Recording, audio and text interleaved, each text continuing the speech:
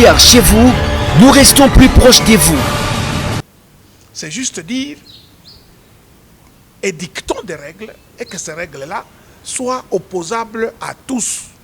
Si aujourd'hui, l'Assemblée nationale ou les instances de décision décident que dans chaque gouvernement provincial, on doit laisser un quota pour des raisons de cohésion nationale aux enfants qui ne sont pas de cette province-là, mais nous serons les premiers. Nous l'appliquons d'ailleurs. Nous l'appliquons déjà. Je vous ai dit, j'ai été au gouvernement, il y a un collègue qui est encore là, qui est originaire du Kasaï. J'ai des collègues que j'ai laissés, qui sont là, qui sont originaires de la province de Olomami, ou de Tanganyika, ou du Lualaba, ou d'autres provinces encore. Il y en a. Il y en a, et ça n'a jamais fait un problème. Mais quand nous regardons tout autour de nous, parce que nous devons marcher au rythme de notre pays, nous constatons qu'il n'y a que nous qui faisons ça. À un moment donné, on s'arrête et on dit non, non, non, non. Nous devons revoir ça. Ah ok. Oui. Ce n'est pas aussi une façon pour vous de s'attaquer à l'Union sacrée un tout petit peu? Non, non, jamais. Je ne peux. Parce que vous êtes du FCC. C'est un combat qui ne relève pas de ma compétence en tant que président d'une association socioculturelle. Moi, je suis demain, peut-être vous allez m'entendre, je vais parler pour les membres de mon association, mais qui sont FCC. Et demain, je parlerai pour les membres de mon association qui sont, je ne sais pas de quel bord. Je suis l'église au milieu du village.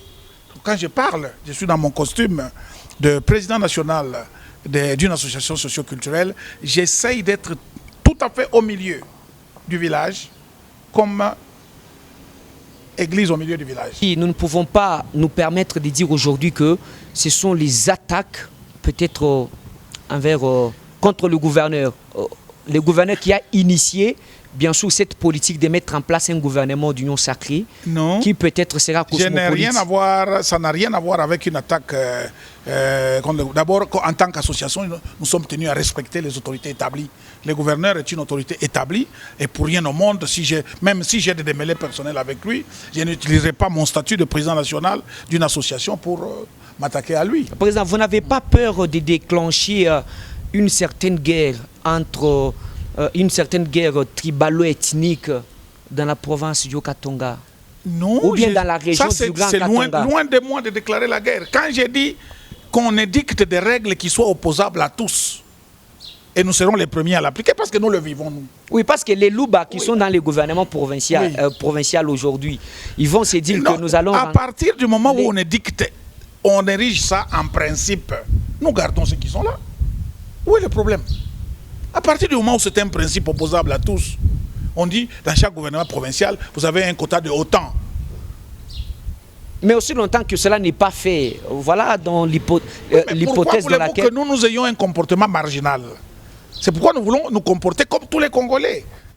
Si ailleurs on ne peut pas nommer un Kunda dans un gouvernement provincial, qu'on n'en nomme pas non plus ici. C'est la justice, l'équité, c'est tout. Il n'y a pas une démarche autre que celle-là. Il n'y a pas de xénophobie, il n'y a pas d'inimitié envers... Non, non, non, non. Nous sommes habitués à vivre dans le cosmopolitisme depuis la nuit des temps.